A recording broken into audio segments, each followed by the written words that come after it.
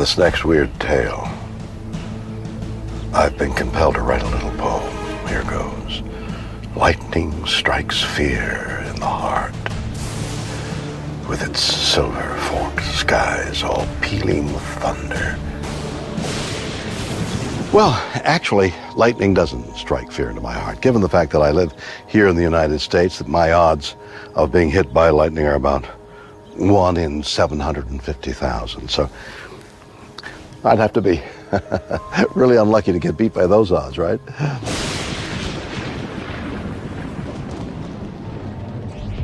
46-year-old Carl Mize may be the unluckiest person on Earth.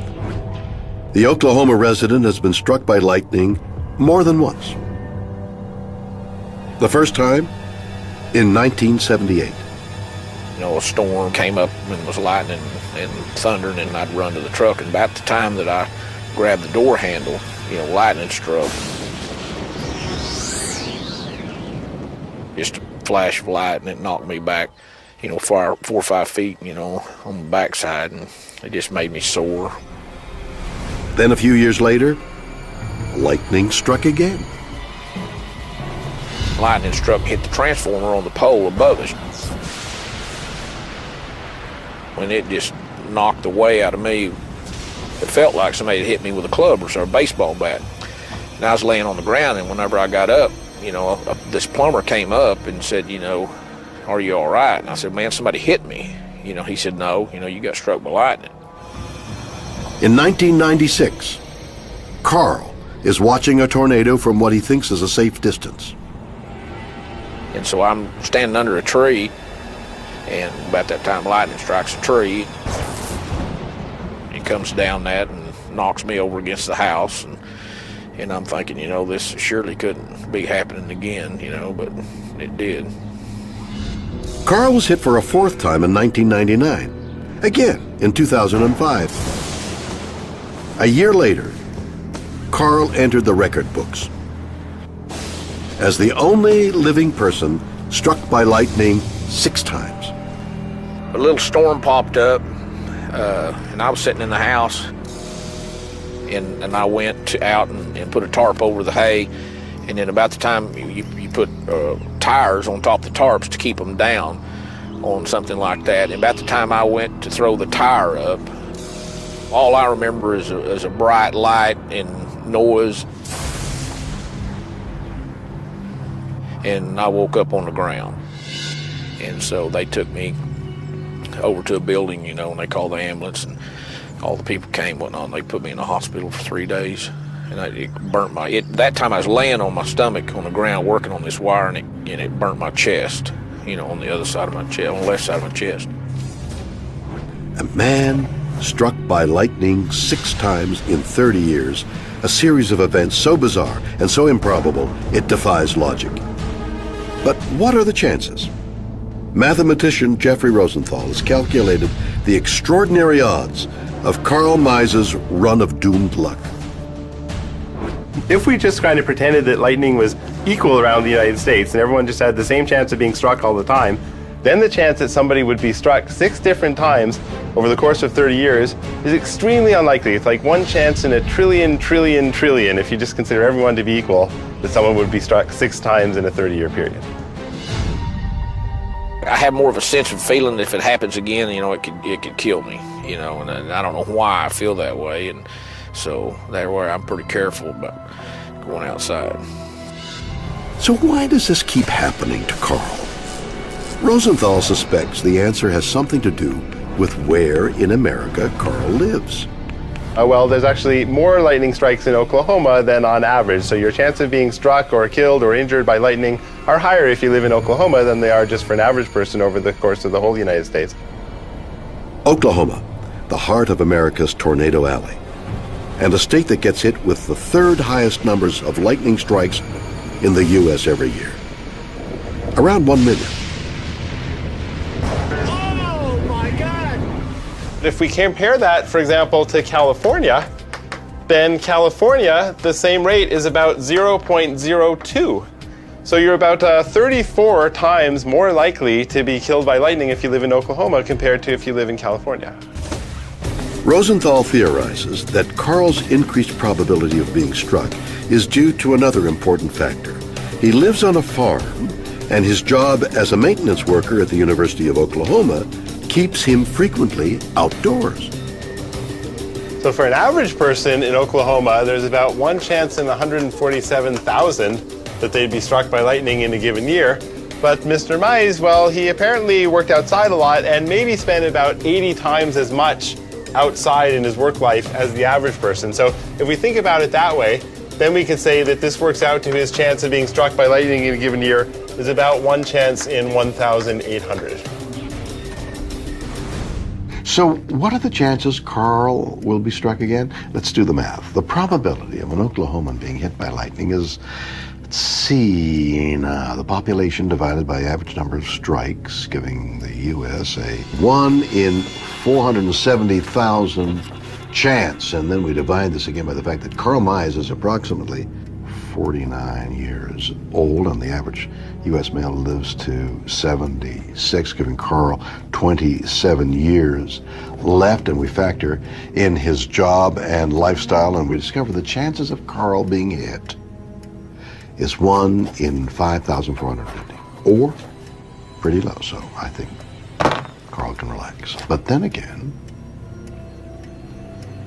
the dude was hit by lightning 6 times, so maybe Carl, from now on, please stay indoors. Combining factors, including lifestyle and location, reveal Carl is many times more likely to be struck by lightning than your average person. But can probability alone really explain why Carl has been struck 6 times? Or could there be something special about Carl that makes him attract this deadly natural force? A huge electrical discharge between a thundercloud and the ground. Lightning is a massive version of the electrostatic spark given off when you touch a door handle. Each lightning bolt has as much energy as a ton of TNT. Even if you could avoid being struck directly by a bolt, lightning can radiate across the ground, and anyone, like Carl, can be affected indirectly through physical contact with a struck object,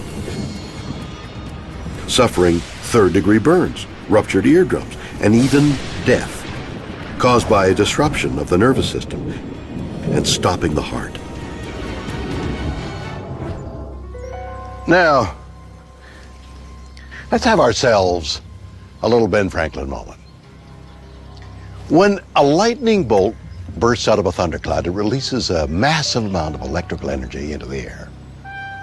Metal objects act like an antenna for this electricity, basically pulling in the excess energy that's in the air. And that's why if you're holding metal or just near metal, you're directing the charge of the lightning bolt straight to you, causing you to be electrocuted, even if you're never directly struck by lightning.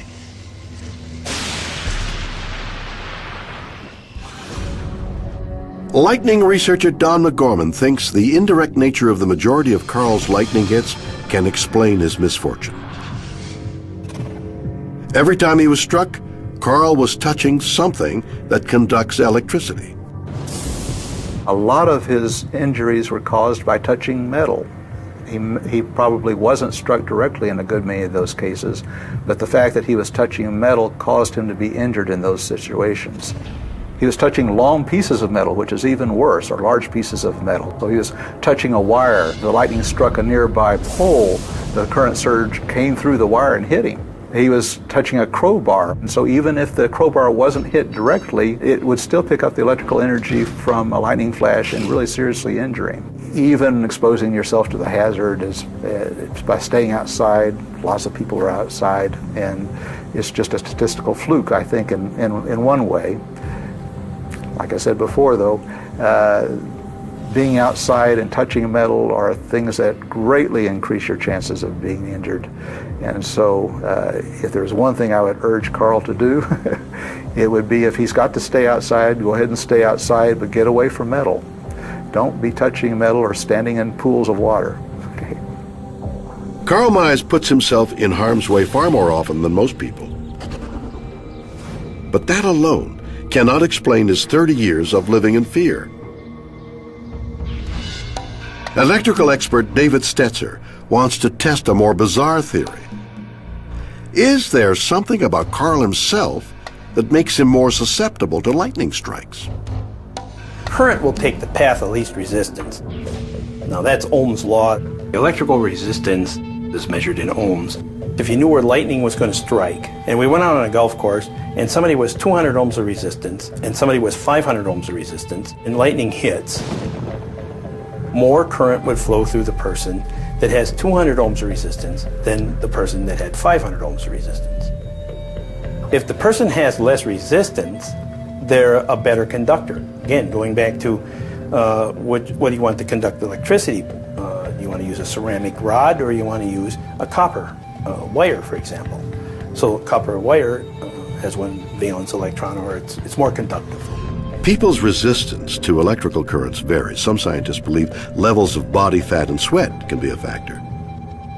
Stetzer's experiment will determine if Karl has less resistance that could explain why lightning is striking him more than other people. And so we're going to connect that to you, and we're going to measure the voltage drop between here and here. The more voltage that it drops, the more conductive you are. First, Stetzer is going to test Karl's friends, Joe and Steve. And he's reading 2.3 volts, 2.4, almost 4 volts. But what about Karl's readings? Ready? Here we go.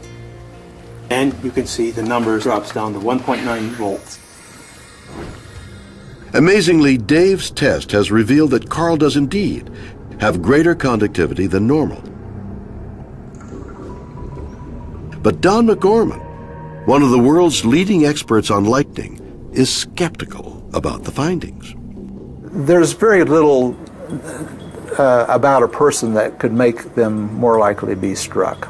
Even if they're a little more conducting, that's a really, really small influence on where a lightning flash hits, because a lightning flash is coming down from miles up in the atmosphere, and it's finding its way down to the ground, and why it hits a particular patch of ground is really a statistical process. It's the chance of any one piece of ground being hit, if you look at the probability ahead of time, is really, really small. It seems the reason Karl's been repeatedly struck by lightning can be traced to several factors.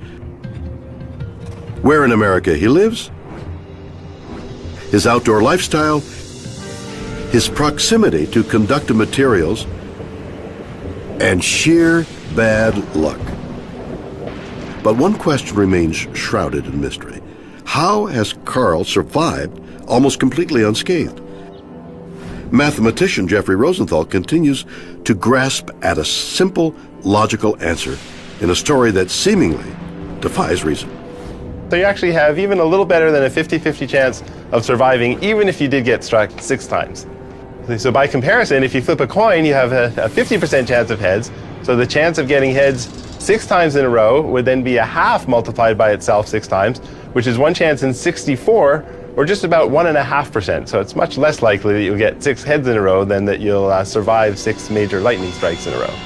According to Rosenthal, the odds of Karl's survival are around 1 in 5,000.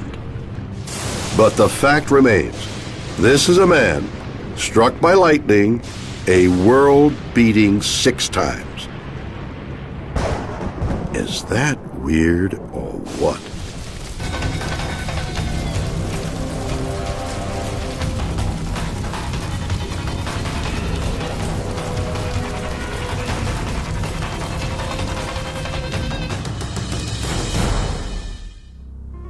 In the dead of night, a toddler wanders lost and alone in the eye of a winter storm.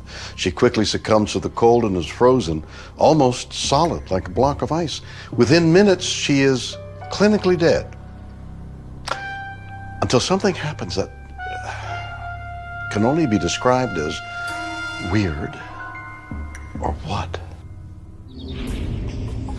Edmonton, Alberta, Layla Nordby and her 2 daughters, Erica and Elise, were having a sleepover at a friend's house. But when the kids went to sleep, The fun night turned into a waking nightmare. Erica was next to the wall, and sometime through the night she shimmied down the wall and basically got out of bed and went exploring. Layla woke at 2 a.m. when she saw her little girl had vanished. She panicked. I went all around the room. I went downstairs. I went into the playroom. I went everywhere, and Erica was gone. Then I saw the back door flapping, and that's when I realized something's wrong. And then that's when I started panicking. Erica had managed to get into the backyard wearing only a t-shirt and a diaper. The temperature was a minus 11 degrees Fahrenheit with a vicious wind chill. When I went outside and I looked over to the left, you could see these little footprints and you could see a trail. So I followed that little trail. It was only about 12, 13 feet, but it felt like it was longer. And at the end there, I found Erica. Succumbing to hypothermia, Erica's heart had stopped beating. She had been clinically dead for over 2 hours, with no visible signs of breathing or blood circulation. In this state, permanent brain damage can occur within a matter of minutes. So I had no idea what I was in for. I didn't even know that there was a way to help her. I didn't know that there was nothing. When paramedics arrived, they found a distraught mother with her child almost frozen solid. When the paramedics took her from my arms, and they made a big clunking sound when they put her on the table, I really thought my daughter was not going to make it. But remarkably, they detected faint signs of life. All I can remember is one paramedic saying, "We got a pulse, let's move her." And they moved her quick. Arriving at the hospital, Erica's internal body temperature was 60 degrees Fahrenheit, nearly 40 degrees lower than normal, and far colder than any previous patient had survived. We're talking about at least an hour and a half. So by that point in time, I think we still knew that there was a chance, but our fear is that the chance of either her pulling through alive or the chance of pulling through without significant brain injury was getting smaller and smaller. So not so small, not that it wasn't worth trying, but clearly by the time we were hitting the intensive care unit, we were getting very worried that as to if we got her back, how badly injured she was going to be. Dr. Alan DeCan battled to get Erica's core temperature back to 98.6 Fahrenheit.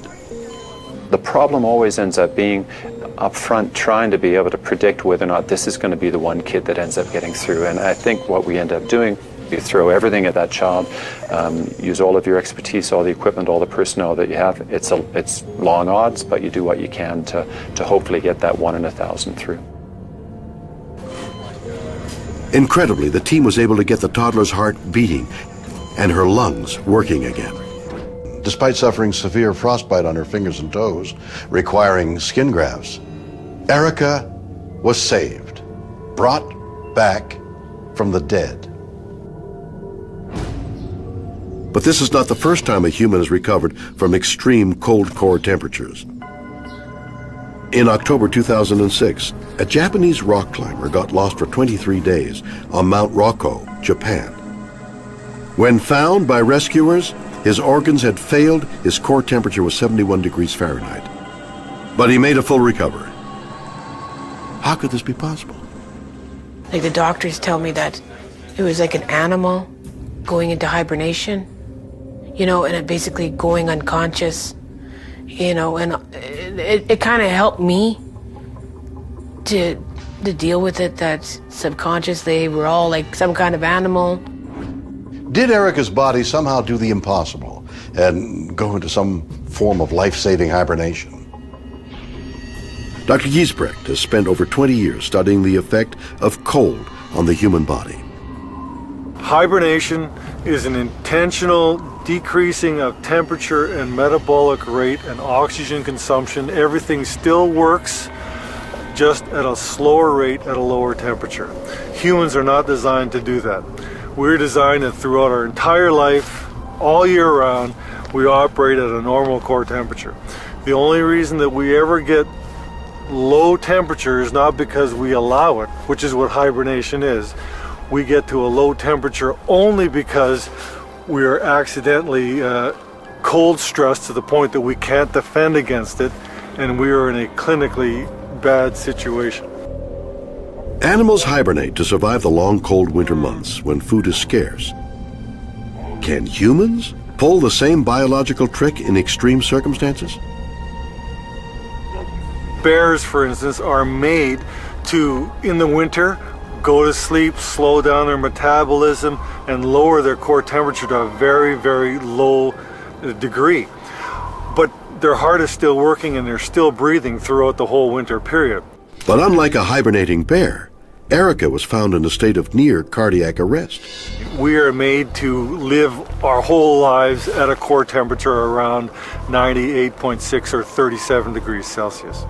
When a human becomes severely hypothermic and they become clinically dead, their heart's not working, they're not breathing, that is not hibernation. That's clinical death.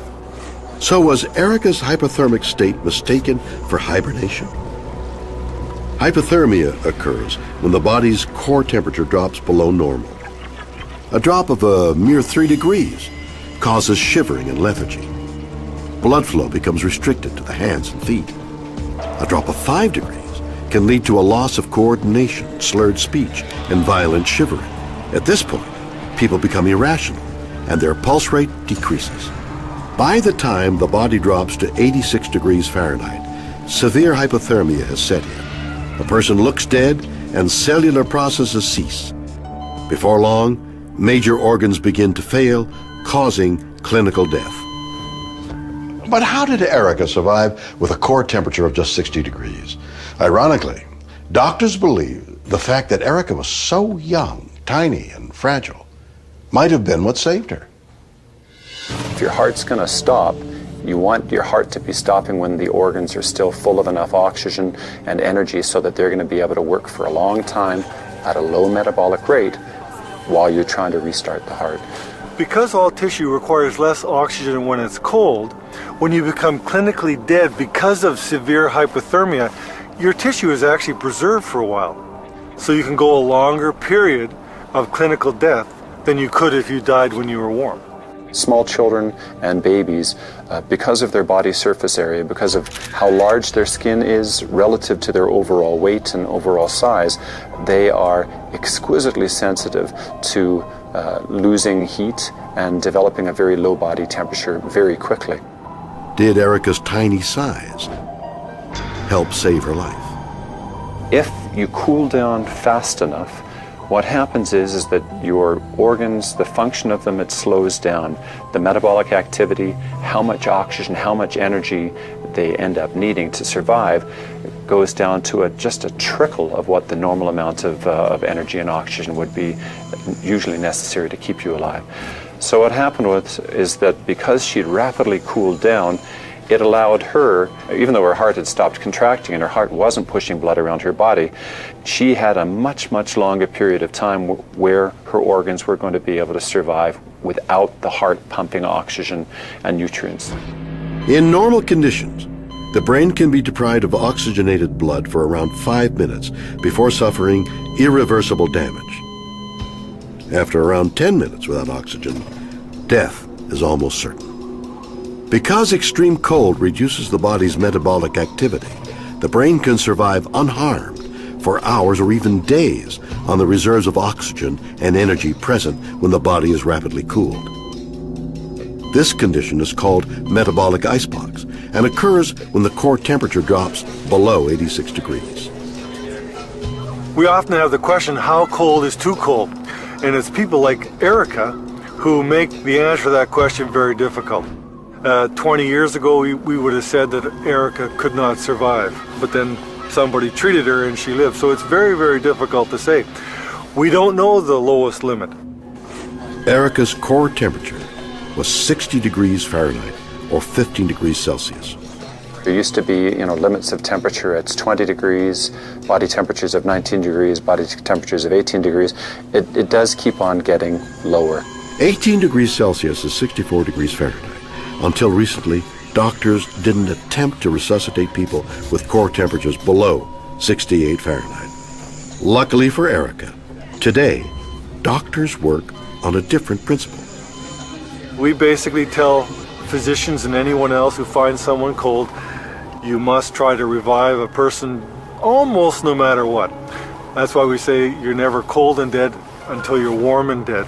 We end up trying to rewarm people if we think by the circumstances of where they had their cardiac arrest, we think that there is a significant chance that we're going to be able to resuscitate them.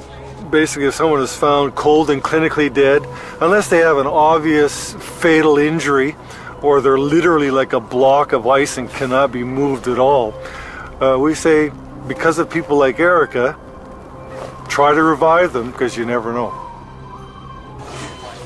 Usually, doctors have to warm up hypothermia victims by filling their lungs with warmed air, injecting warm fluids, or by warming the blood through an external heater.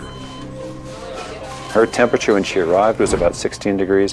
Her heart started working again at about 17 degrees. But Erica had one last surprise in store. A mysterious biological response the medical team simply cannot explain. The wonderful thing about what happened with Erica is once her heart rhythm fixed itself and her heart started pumping, basically she regulated her rewarming by herself. Her heart pushing blood around her body and us just providing warm air blowing over her skin, she was able to regulate how quickly her body temperature needed to rise. For some reason, Erica, with that body temperature, the odds were on her side. Erica survived her ordeal without suffering any form of brain damage. She spent 6 weeks in hospital, but made a full recovery. My health is pretty good. When I grow up, at night I'm going to be a wrestler, and during the day I'm going to be a teacher. Because sometimes teachers can be actually good role models. Well, I think I'm a lucky kid. For Erica's family and the doctors who brought her back to life, Erica's survival isn't just lucky, it's miraculous. This remarkable story raises as many questions as it answers, but whatever the truth, Erica now has a second chance to enjoy a long life. Weird or what?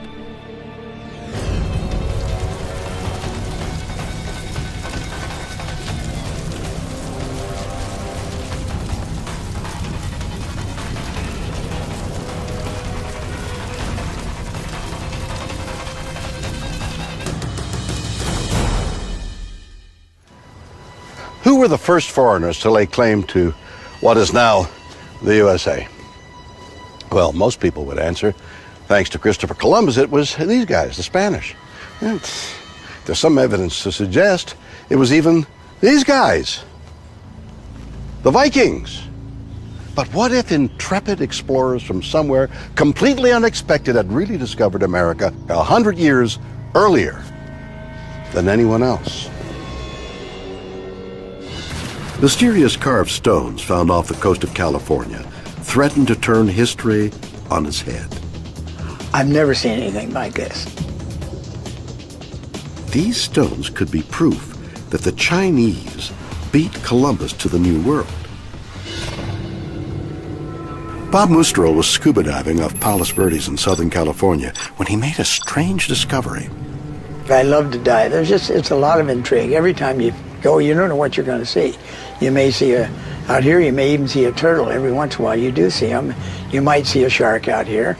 We'll be cruising along on scooters and this 7-gill shark comes right up and swims alongside of you. And you think, that's my buddy. No, that isn't my buddy. And it's just a lot of fun.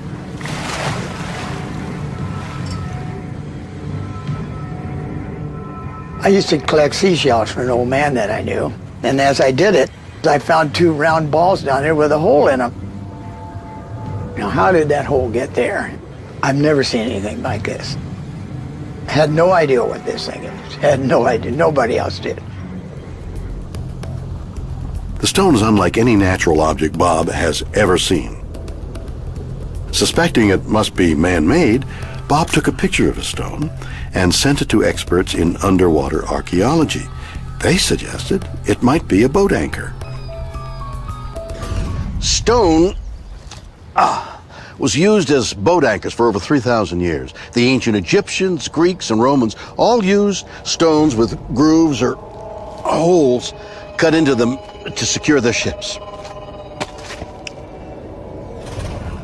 Stone anchors were only replaced when iron and steel became widely available, and Europeans who reached the coast of California in 1542 would have used metal. So, where could stone anchors have come from? Well, let's see. I've been studying those Palos Verdes stones off and on for, 35, 40 years. Larry J. Pearson is an expert in nautical archaeology. The stone anchor style, represented by the collection from Palos Verdes, is a traditional anchor shape or group of anchor shapes that have been used continuously since very early times in China. The Chinese began switching from stone to metal anchors around 600 years ago. If Bob's anchors are at least that old, it could change everything we know about American history. It could mean the Chinese beat Columbus by over 100 years. It's a controversial theory. There's a huge fringe element out there that would like to believe in the tooth fairy and everything, you know.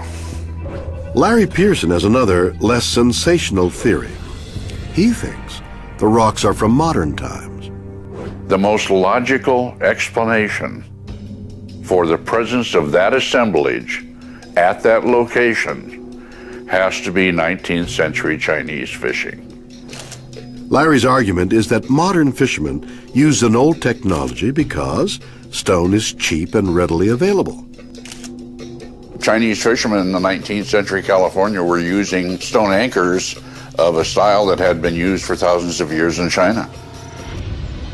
Bob isn't convinced that his stone anchors belong to 19th century immigrant fishermen. He claims that some as yet unrecovered anchors weigh thousands of pounds, way too big for the immigrant fishing boats to even carry. I think there's a couple out there that are 3,000 or 4,000 pounds, and I think the real big ones out in 60 feet of water, they got to be 4,000 or 5,000 pounds. He assembles a team to recover a giant anchor to prove his point.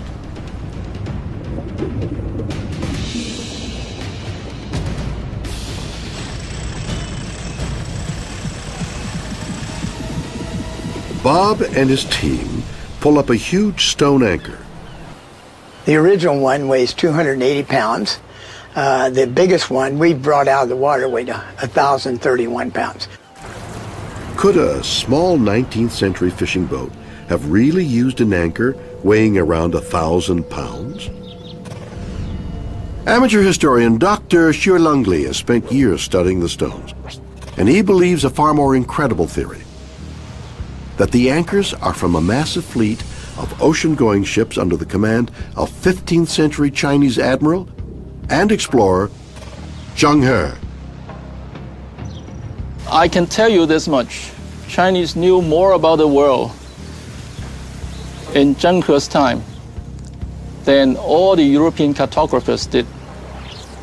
In fact, the European world maps drawn 100 years later probably were all based on some of the fragmented information collected by Zheng He during his trips. Zheng He's fleet is known to have reached India, the Middle East, and East Africa. Some scholars believe he rounded the bottom of Africa and made it to the Atlantic. But Dr. Li believes Zheng He got even further than that. What Zheng He did was actually going west from China through the Indian Ocean, Atlantic Ocean, Pacific, and then head home. That's the route he picked. Li believes the Chinese landed in the Carolinas, making contact with local Native American tribes. It's controversial, but if it's true, Li's theory would mean the Chinese circumnavigated the globe before the Spanish and beat Christopher Columbus to America. Can such an incredible idea be real? One piece of evidence supports this, the so-called Zheng He map. It is said to be a copy of a 15th century Chinese sailing map which contains detailed descriptions of Native Americans. Does the history of America need to be rewritten? Historian Professor Jennifer Pirtle doesn't believe it. Chinese sailors had almost no experience in open water. We know, of course, that they have the astrolabe. They get this from the Persians during the time of Mongol rule. We know that they know about latitude and longitude because under Mongol rule there's a globe that's made by a Persian astronomer in 1267, which is gridded with latitude and longitude. So they know the world is round. But what they don't really know how to do is sail across empty blue water. Dr. Pirtle doesn't think the Chinese were capable of crossing oceans in the 15th century. They're used to sailing from one coastal landmark to the next one. And they also don't really know how to ride currents and wind patterns. And I would say it's significant that the first crossing of the Pacific from Asia to California, or New Spain, to Mexico actually, starts in Cebu City in the Philippines and ends up in Acapulco in 1565. And it's navigated by Spanish sailors who have experience sailing in open water in the Atlantic. And they, in fact, apply their experience in the Atlantic to riding sort of curved current and wind patterns to the Pacific. They guess, literally, that the conditions might be like those in the Atlantic. And they apply that to sailing across the Pacific, and that's what enables the voyage to be successful. So it's hard to imagine that the Chinese, without that experience of open water sailing, would actually be able to make that crossing easily. But Dr. Lee claims he has more evidence that Zheng He managed to cross the Atlantic. A mysterious brass medallion found buried in North Carolina. Along the route Lee believes the Chinese would have taken. I think one of the major pieces of evidence is my brass medallion. The main thing that caught my eye was the inscription. It says, Great Ming Xuande.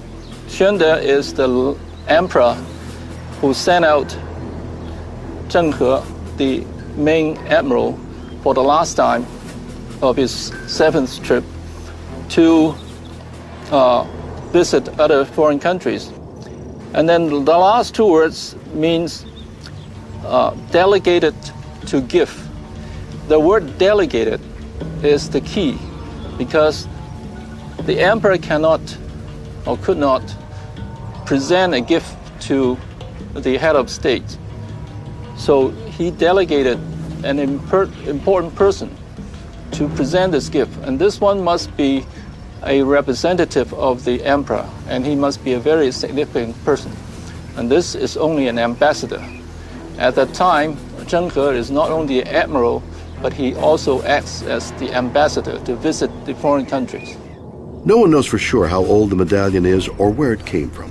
But to Dr. Lee, the exposure to Chinese culture and technology left other, indelible echoes on the Native Americans' way of life, language, and even the way they wore their hair.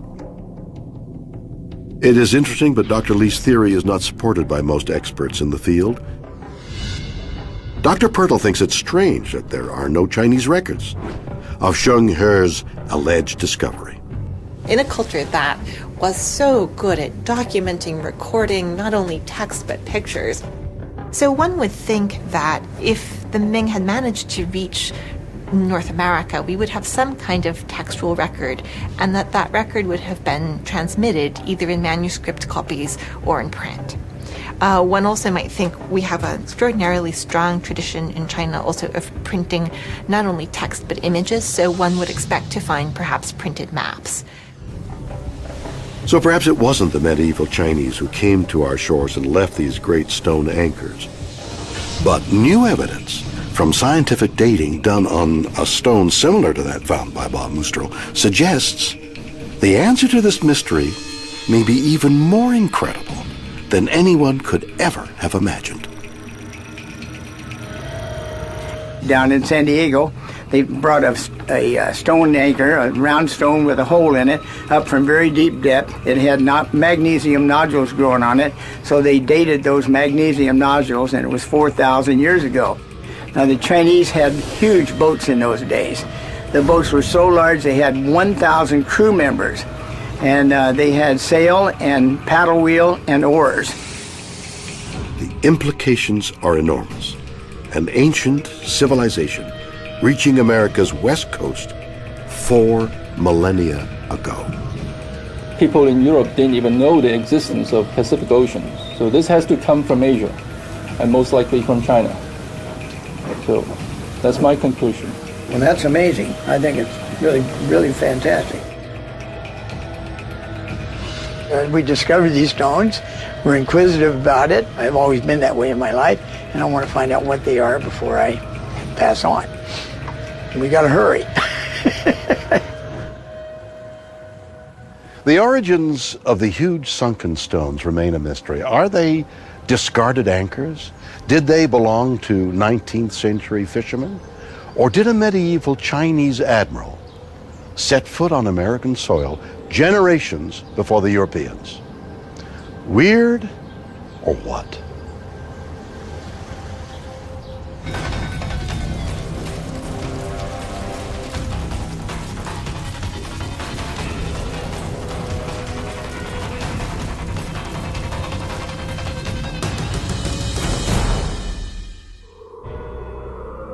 So 3 bizarre mysteries, each with several possible explanations.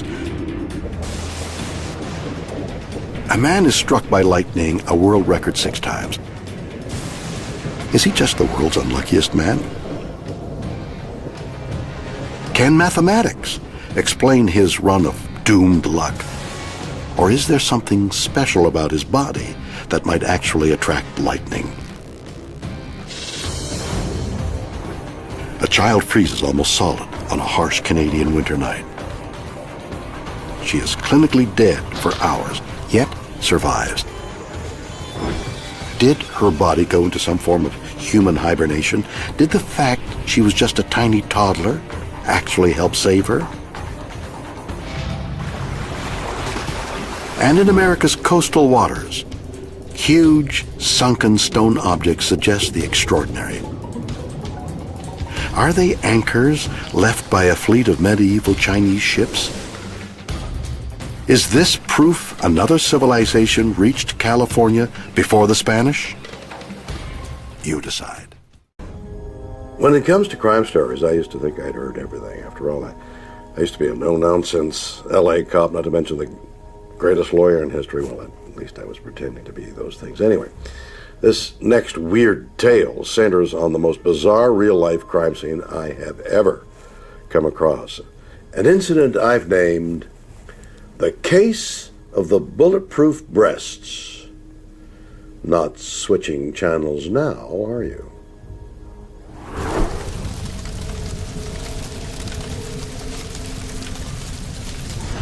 The AK-47 assault rifle, otherwise known as the Kalashnikov, designed in Russia during World War II. It's been used by everyone, from the Soviet Union, China, the Viet Cong, and the Iranian Revolutionary Guard. The AK fires large caliber bullets at a rate of 2,300 feet per second. Twice the speed of sound, it has a killing range of over 1,000 feet. For 6 decades, it's been one of the world's most popular and effective combat weapons. The AK-47 is designed to kill, which makes the next story all the more unbelievable. A woman shot in the chest at point-blank range. Defying all logic, she survives. Firearm experts test a bizarre hypothesis. Could the victim have been saved by her breast implants? Weird or what? July 1st, 2009, Simi Valley, California. Dental clinic receptionist Lydia Carranza is starting her day. At about 9:30 in the morning, I was checking in a patient. Suddenly, Lydia hears a loud bang from just outside the main office door. I look to my left, down the hallway, there comes this person with a rifle on one side, and he's coming really fast. So the other coworkers that are in the reception area, I tell them, let's go hide in the fax room. A gunman has entered the building. Wasting no time, Lydia quickly hides her co-workers in a back room and dials 911.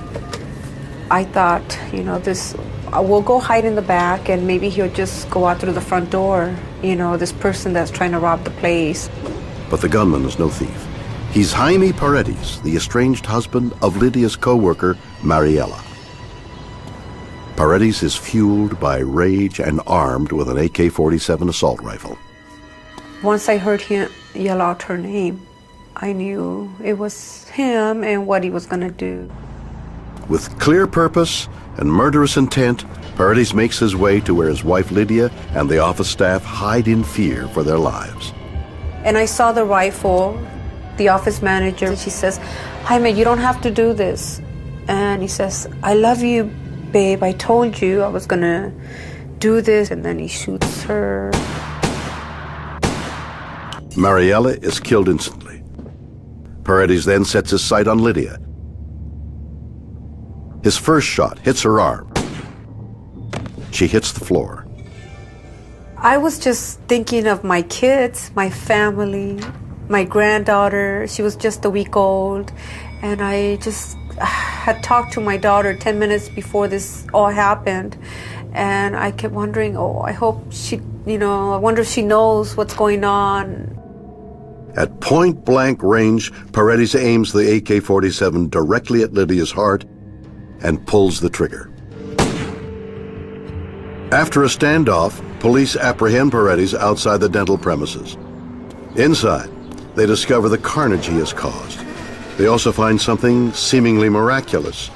Lydia is still alive, and she will go on to make a remarkable recovery. How? Lydia's own theory is incredible. My breast implant is what saved my life. It seems incomprehensible, but Lydia isn't the only person who believes that her breast implants somehow stopped a bullet traveling at 1,600 miles per hour from doing its job. Beverly Hills plastic surgeon Dr. Ashkan Gavami examined Lydia after the shooting. I think it's very plausible that the implant played a vital role in saving her life in this situation. But why and how? Could a clue to the mystery lie in the type of implants Lydia had in her chest? They were made of saline. That a saline implant is under a high-pressure system. It's not like silicone, it's not malleable or deformable. So it's kind of like an airbag. So an airbag absorbs a lot of the energy and avoids the windshield and other things coming at you because it acts as a barrier. This acted as a barrier as well, this time in a penetrating injury, so that it takes the burden of absorbing the physical energy. An airbag does the same thing. So it absorbed the physical energy because it itself is a high-pressure system, so it needs to release that energy when it gets injured. So when an implant explodes, its energy is distributed widely. So the bullet fragments go with that energy, and so they don't have a chance to give their energy and velocity deeper. It seems plausible, but can the theory that a sac filled with sterile salt solution stop the bullet be proven? Lydia Carranza is shot in the chest at point-blank range by an AK-47 semi-automatic weapon and only suffers minor injury. Doctors later find bullet fragments in her arm and upper body just millimeters from the heart and other vital organs. Thankfully, in this instance, the world's most popular assault rifle failed to do its job. But how? Was this just incredible good luck? No. This is weird. What? Using a test gun that accurately replicates the ballistics of an AK-47, researchers at a research lab in Ottawa, Canada, are going to pit implants against the same caliber bullet with which Lydia was shot. The gelatin block will simulate the damage a person's body would endure if they got in the way of one of these bullets.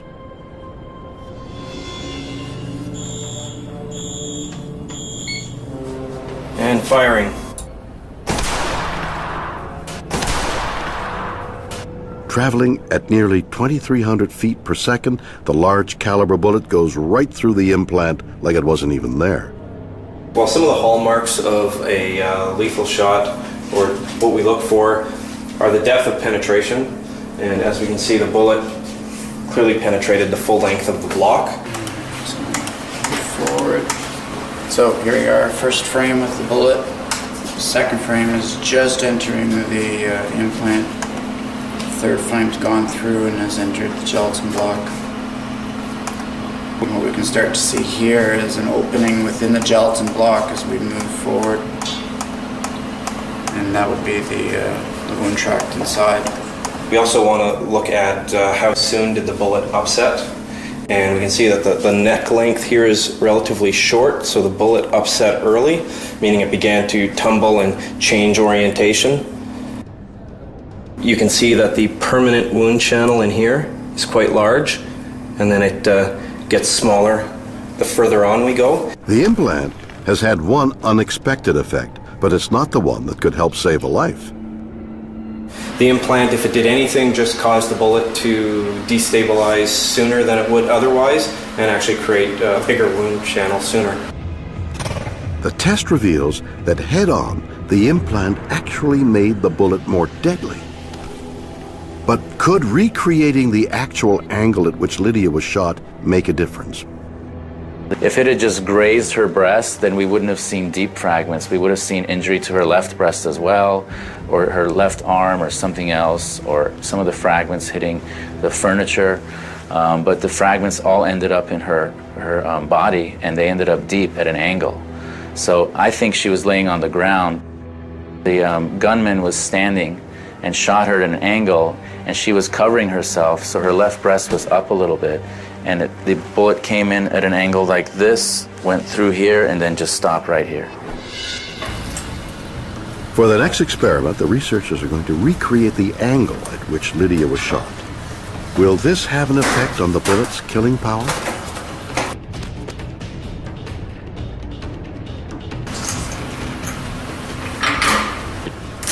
Loaded and good to go. Firing.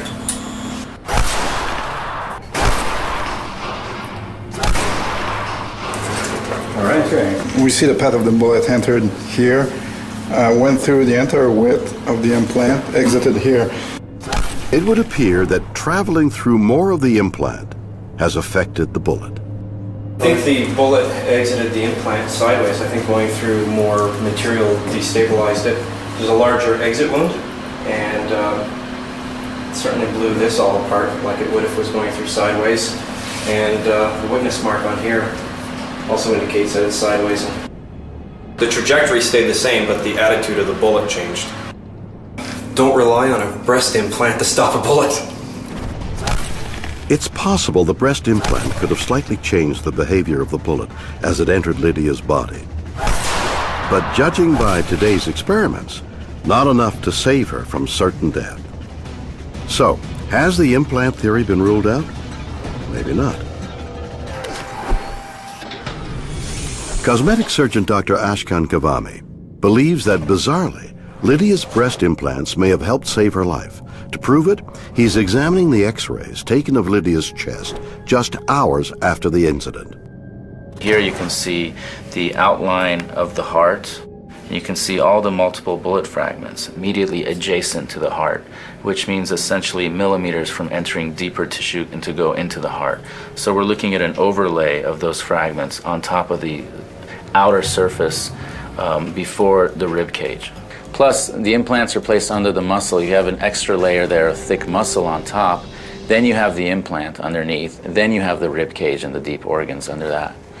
So there were multiple layers for that bullet fragment to go across before it had to reach her lungs and heart, and basically, lucky for her, never was able to reach it. Bullets that fragment on impact can be more lethal than those that remain intact. The shrapnel causes multiple pathways of damage through the body, severing nerve tissue and blood vessels, endangering the major organs. But according to Dr. Kavami, the bullet that hit Lydia, while fragmenting, may have had its velocity reduced by her implant. The fact that she had essentially a bag full of high-pressure filled salt water in it, it acted to be more resistant to a force than her own little amount of breast tissue that she had she not had the implant. And that energy of the fragments, when it hit her breast, her skin, then her fatty tissue, then her glandular tissue, then the high-pressure implant, those fragments, the energy of them was distributed amongst that area before it had a chance to go deeper and be distributed among vital organs like the heart and lungs. So it essentially slowed down and took the burden of a lot of the physical energy of those fragments before they had a chance to go deeper. And a lot of this may have to do with the angle the bullet hits, which we don't exactly know. Depending on the angle the bullet hit and where she was sitting, perhaps her arm was a second layer. We don't know all those details, but I do know where the bullet fragments ended up, and we do know that her saline implant was ruptured. So we know that that intervened at some level in her avoiding further injury.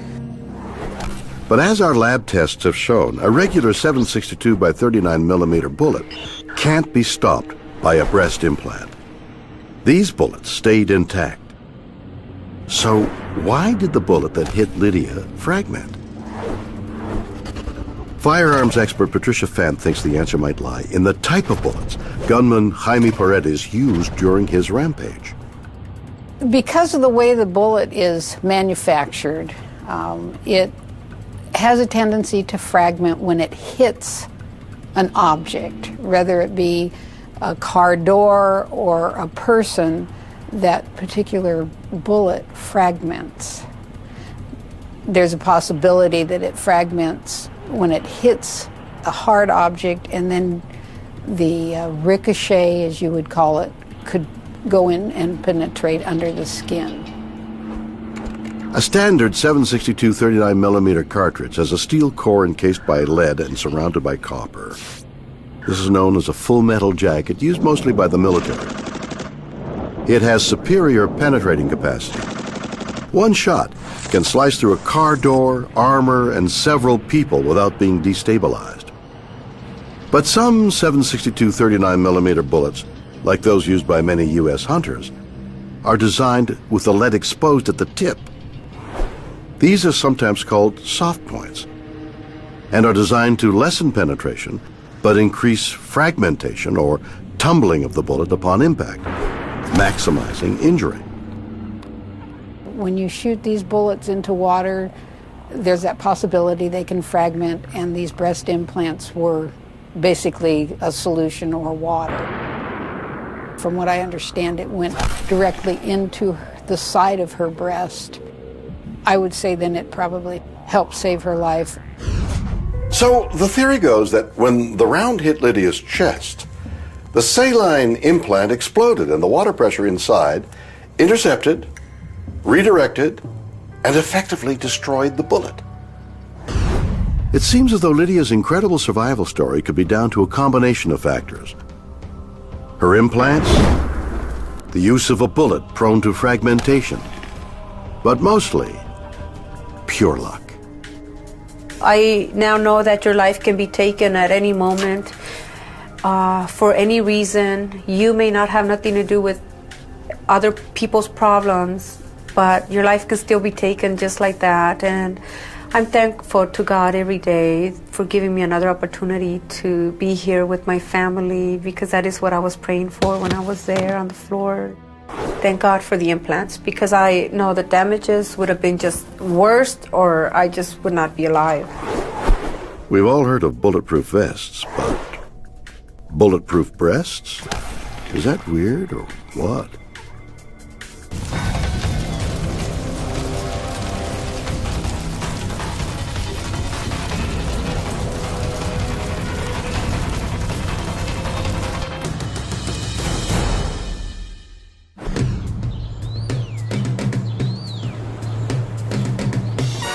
Unbelievable! No, really, I can't believe it.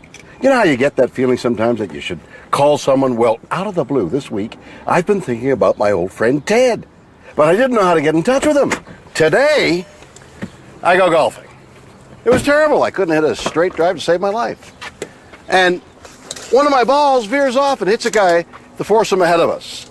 I rush over to apologize, and who should it be? Ted. What a crazy coincidence. That got me thinking. Small coincidences surprise us, the big ones amaze us, but are coincidences just that? random occurrences that just happen to coincide? Or is there something more going on here? Could there be a little understood force that draws these events together? Coincidences? Are they weird or what? In 1999, Lorraine Stephen was at a rookie league baseball game near Buffalo, New York, with her sons Robbie and Kevin. It was a day that would change their lives forever. We were at Matheson McCarthy Baseball Diamond watching our son Robbie play baseball. My son Kevin was there helping out that night. I was 11 years old, and I was too old to be on the team, so I figured I'd help out, be the bat boy. Kevin was picking up bats, and one of the young players was swinging a bat to practice, warming up, and on the backswing, he caught Kevin across his chest. I didn't know what it was. It was just kind of a hard thud. And I turned around, I couldn't really see, everything was blurry, and I said, "Help, I've been hit." And Kevin took a few steps and just went face first, collapsed on the field. Unknown to those around him, Kevin's heart had taken the full force of the bat and had stopped beating. I remember them rolling him over and just seeing his eyes like just wide open, fixed, and dilated, like just no response. It was horrifying, absolutely horrifying. Luckily, Penny Brown, the mother of another boy, and who was supposed to be at work, was watching from the stands. He's not breathing. Call an ambulance. Penny is a nurse, so upon witnessing what happened to Kevin, she immediately knew what needed to be done to save him. She started to do CPR on him. That didn't work, so she hit him twice in the chest really hard and restarted Kevin's heart. Everything just slowly started to come back in. I started seeing light again, and then I had my eyes opened up and I had a really, really bad headache. Penny's fast thinking had saved Kevin's life. Remarkably, this wouldn't be the last time they would meet in an extreme emergency. January 2006. 7 years after Kevin's near-death experience, Lorraine Stephen is about to have lunch at the diner where her son Kevin is working in upstate New York. I had a half day off, and my son Robbie was home with his girlfriend too. So I said, let's go up to lunch at Hillview Diner and give Kevin a hard time because he has to work today. It was exam week for school, and in the middle of the week I found out that the exam wasn't going to happen, so I called my manager and said, I can work Friday if you want me to work, and she said, sure, why don't you come in? As Lorraine began her meal, she noticed another customer was starting to choke. So as soon as I saw her put her hands to her neck, I knew she was choking. Her face was red, and she just eked out these words, "Help me." It was very scary. All of a sudden, my manager flings open the door and says, oh, get out here, and I thought I had done something wrong. And then I realized, oh my God, this lady's choking. So I ran over there and started performing the Heimlich maneuver. He had to do 2 thrusts, and the food was released, and she was breathing again. Kevin's quick thinking and anti-choking maneuver saved the woman's life. But there was something else, something strange Lorraine began to notice. It was at that point that I put it all together. Incredibly, the woman Kevin had saved was the same woman who had saved him 7 years before. And then my mom said, Kevin, do you realize who this is?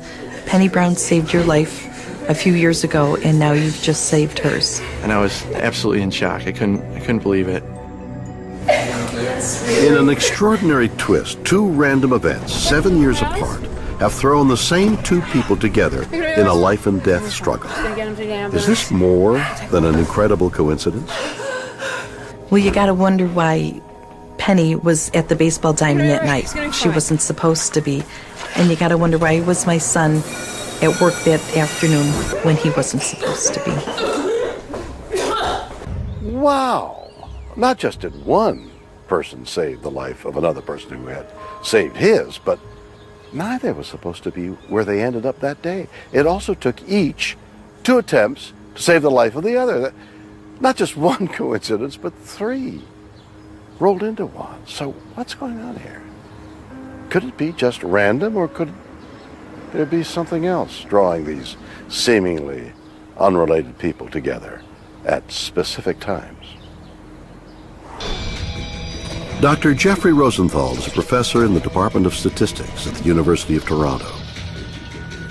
He doesn't believe that these amazing coincidences are really that remarkable. Of course, lots of coincidence stories can be interesting and fun and amusing, and they're fun to retell and so on, but I think some people will think that they go a step further and they must have some sort of a cosmic significance, or there must be some hidden force which is forcing these magical things to happen. And I don't look at it that way. I would say, well, let's think about the numbers, and when you do, you realize that even really surprising sounding things, it's not that unlikely that at some point something like that will happen to someone. So to me, I don't think there's any secret cosmic force involved. I think these things are just going to happen by chance every now and then. Look at this. Royal flush. The odds of getting a royal flush are 1 in 2,598,960 possible hands. That's what makes it appear so special. So what are the odds of experiencing an incredible coincidence? To demonstrate how mathematics can demystify seemingly improbable events, Rosenthal performs a simple experiment. Hi everyone, we're doing an experiment about randomness and probability. Oh, hi, excuse me, would you like to help us with a science experiment that we're doing? Sure. Okay, all you have to do is you have to write your birthday here, and we're going to see if we get two people with the same birthday. Can you do that? Yeah. Who'd like to help us by telling us their birthdays? Yeah, just take this over there and we're going to see if we get a match. Okay. Thank you. Randomly choosing 40 people from the campus of the University of Toronto, Rosenthal's theory is that at least 2 people from this group will share the same birthday. Well, you'd think at first it's 365 days in the year, so it's pretty unlikely out of 40 people that some pair will have the same birthday. But actually, there's about an 89% chance that some pair will have the same birthday. And the reason is because there's 780 different pairs of people that you can make out of a group of 40 people. And 780 is actually a lot more than 365. And that's why with just 40 people, there's actually an 89% chance, it's a very high chance, that there will be some pair of people who have the same birthday. This time, Rosenthal's theory is right. 2 of these random people were born on the same day. But does this theory apply to the remarkable story of Penny and Kevin? So if you just take a specific pair of people, what's the chance that A saves B's life and then B saves A's life? It's about 1 chance in 40 billion. It's incredibly unlikely. But then once you factor in the fact that there are so many different pairs of people out there who are trained in CPR, and the fact that people tend to stay within their own local region, and you put that all together and you work it out as best as I can, then you end up saying there's something like a 1/3 chance that at some point during my lifetime there'll be some pair of people living in some local area who will save each other's lives. So can all of these coincidences be explained through a probability formula, or is it really just the law of really big numbers? It seems so cold and heartless. Others believe in a much more mysterious theory. Dr. Gary Schwartz is a professor of psychology at the University of Arizona. He believes random events are not random at all, but caused by something called synchronicity. The term coincidence implies that things happen by chance. So the term coincidence is, even though it is co-incidence or co-occurring, we think coincidence means chance. Whereas synchronicity implies that the coincidence is beyond chance, that something else is going on. Were Penny and Kevin destined to meet? Dr. Schwartz believes synchronicity is a powerful, invisible organizing force that orchestrates our lives. A visual way to express how something invisible can organize things that would otherwise be random comes from physics. So we can take, for example, iron filings and just put them on a piece of paper, and if you just drop them, they'll just spread out haphazardly. There's no specific sequence involved if you're just dropping them. But if there's a magnet underneath the paper, you will begin to see a structure emerge, and that structure reflects the underlying fields that are interconnecting the events. It's a remarkable theory. Were Kevin and Penny drawn together by an underlying force they weren't aware of? Synchronicity applies to this story because there were a set of 3 improbable events, all of which occurred together, where the whole is greater than the sum of its parts. So it was not just that they saved each other, which itself is extraordinarily improbable. In each case, they did not expect to be there. So it was a deviation from their normal routine that allowed each one to be present when the other needed them. So that it's the configuration of the multiple conditional probabilities that make it such a unique story. But one question remains. If synchronicity is an invisible force, where is it coming from? At the present time, there's no accepted scientific explanation for the mechanism of synchronicity. But there are people who believe that you have to posit the existence of some sort of superintelligence or cosmic term to explain this.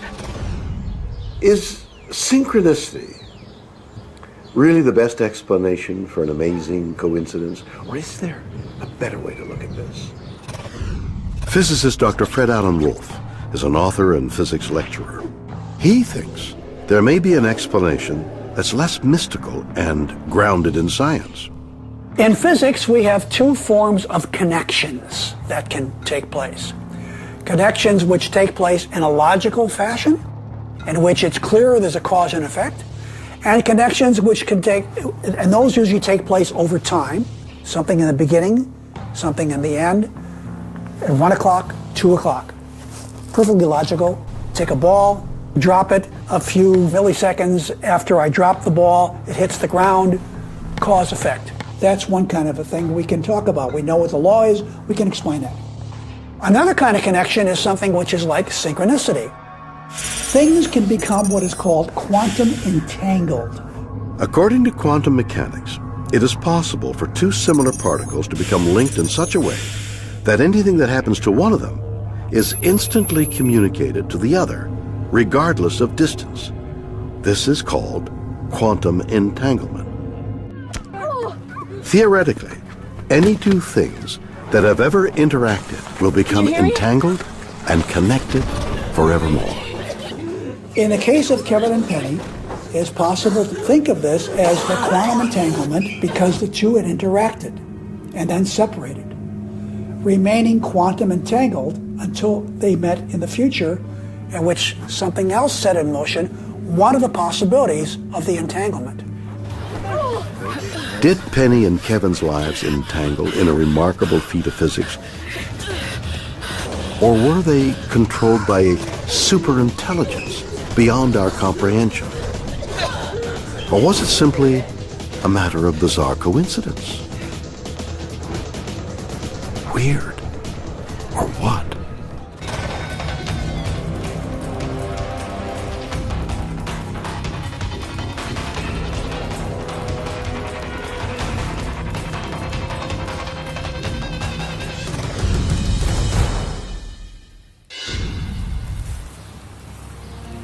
One thing I've learned over the years is if you scratch the surface of the seemingly mundane, more often than not, you'll find something straight up weird. Take cows. What do we know about cows? Well, we know they give us milk and leather goods.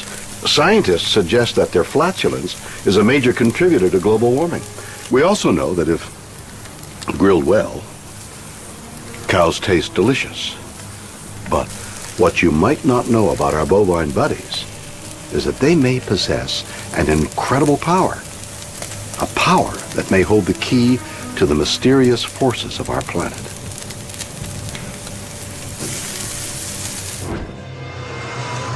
This bizarre story begins in 2008 when zoologist Heinrich Börde was analyzing satellite imagery of the Earth's pastures. We looked at several thousand pastures and several tens of thousands of animals. What he found is remarkable. All over the world, in Europe, Africa, North America, most of the planet's 1.3 billion cows were facing in the same direction, either north or south. Heinrich has a theory why.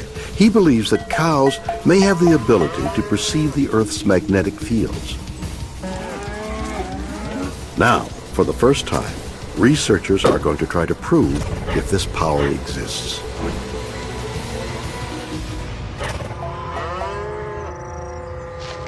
Zoologist Heinrich Börde thinks he has discovered the answer to this mystery. He believes that cows have a power called magnetoception. Magnetoception means that the being can really see the magnetic field. Our planet is essentially a giant bar magnet. Inside, a hot liquid iron core sloshes around because of the Earth's rotation. It's theorized that this motion creates the Earth's magnetic fields. Magnetoception is the ability to perceive these magnetic fields like a compass. But hold on. Can a cow really do this? Well, as it turns out, there are other animals that may have this power too. It's theorized that bees, homing pigeons, and some other smaller organisms have magnetoception, but until now, it has never been observed in a large mammal like a cow. So why do we care? Well, cows share many of the same genes as human beings, so that if cows have this incredible internal GPS system locked away in their brains, so might we.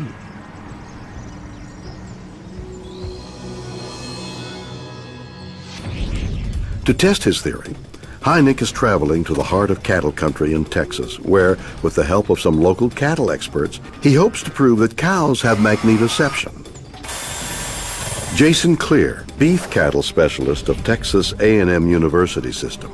If they did have some kind of receptors, would I think it is strange? Well, probably not, because if you think of the way our environment is, how things have changed, and the species and the animals that we have, there's a lot of interesting things that go on there where animals have adapted to the environments and those kind of things, and they've done it for one reason or another. I'm not sure that, the data's there to prove or disprove it. Jason Sawyer of Texas AgriLife Research. I've been around cattle most of my life, and it was just sort of a natural fit for me to go into research. Kyle Demborski is a Texas A&M physics student. He's been commissioned to build a giant electromagnet to test Hynek's theory. This is definitely in the area of weird science. The electromagnet contains two magnetic coils which are wrapped around this wooden frame. Well, we have two coils. One's lined up north-south, the other is east-west. And based on the direction of the current that we put through the coils, it'll generate a magnetic field, and it's just like turning the Earth's magnetic field. By sending electricity through these coils, they will create magnetic fields in several very specific directions. If the cow turns and aligns with it, like a compass needle, then we have potential evidence of magnetoception. The magnet will generate a field twice as strong as the Earth's magnetic field. If Hynek's theory is correct, the cow will align with the man-made magnetic poles. The experiment begins as Kyle moves the machine's magnetic north due east. Two more leads.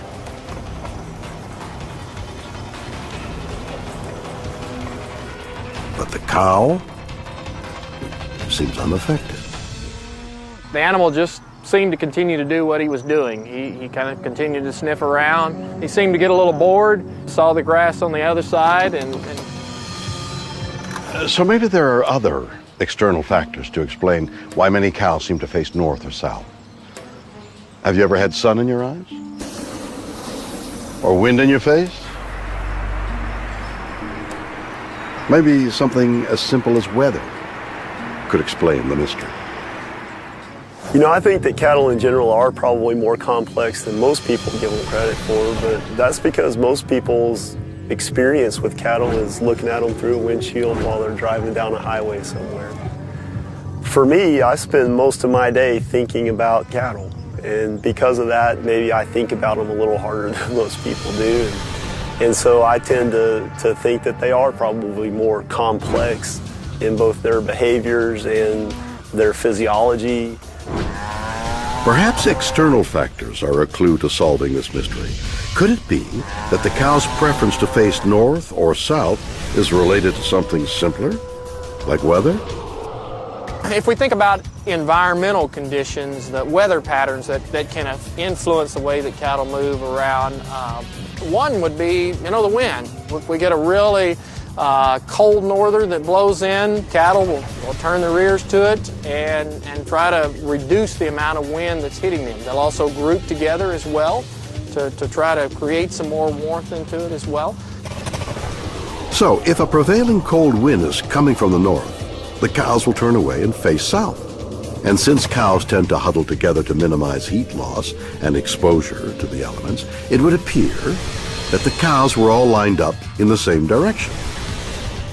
The other thing too is if we get a really cold day, the sun pops up, they're going to try to position themselves to get more of the sun on the side of their body, more surface area. Could the fact that the sun rises in the east and sets in the west explain why cattle all face north or south? Hynek believes that they will do it even on an overcast, windless day like today. Experiment number 2. Coil 1's at full power. Hynek's second attempt is no better than the first. Cow number 2 doesn't react to any change in the magnetic field. It looks like these bulls are possibly moving to the feeder at the back of the pen, and this one is more or less feeling left out. Experiment number 2 is a failure. It seems that cows prefer to be in herds. Could this be the reason why they're aligning themselves north or south? These cattlemen believe this herding behavior might be contributing to their alignment to the magnetic poles. Cows have always been herd animals. 10,000 years ago, before Neolithic humans began corralling them for their meat and milk, these beasts would wander great distances searching for food and water. And it wasn't just because these guys loved hanging out. It was because their large numbers helped ward off predators. Herd animals in general, and cattle in particular, exhibit a fairly intricate social structure within the group. And a lot of times it's easy to think of this as sort of high school kids. So within the herd, there will be smaller subgroups. There's usually leaders and followers, and these smaller subgroups form sort of little cliques.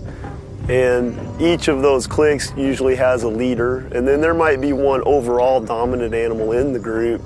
If the lead cow is pointed in a certain direction and traveling in that direction, you'd say that at least the majority of the rest of the herd is also probably going to be oriented more or less in that direction. So if the leader is facing north, so would everyone else. But Hynek thinks that it is likely that herd animals like cows use magnetoception to help them navigate as a group over large distances. The only explanation is the magnetic field. After 2 failures, the zoologist has one last chance to prove his theory. Let's shift the magnetic field for 90 degrees to the east. We shall see what happens. Okay, you're east. It's a first. The cow actually turned east. Let us confuse the animal a bit more. Let us shift the magnetic field in the south. It appears that the cow's reacting. So actually, now the cow aligned again with the predicted direction. They're going to do it one more time to be sure. All right, you're west. Does this mean the experiment was a success? I have seen some evidence that these animals reacted on changed magnetic field conditions. But to find out if cows really do have magnetoception, more experiments will need to be performed. If it's true, we may be one step closer to unraveling the mysteries of our planet. Is that weird or what?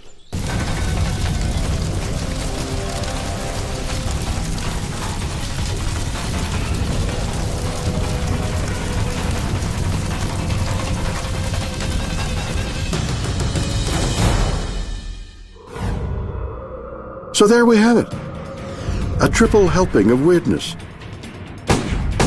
A woman survives being shot in the chest by an AK-47 assault rifle at point-blank range. Did her breast implant somehow save her life? A child is saved from certain death by a stranger. Years later, the same woman is also in a potentially fatal accident and is saved by that very same child. Bizarre coincidence? Or did mysterious forces bring them together?